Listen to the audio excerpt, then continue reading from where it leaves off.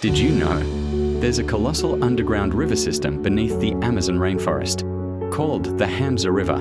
It runs almost parallel to the Amazon River, but nearly 4 kilometers underground, stretching about 6,000 kilometers in length. Unlike the fast-flowing Amazon, the Hamza creeps slowly, moving just a few meters per year, and it's so vast that it helps feed the rainforest's ecosystem from below.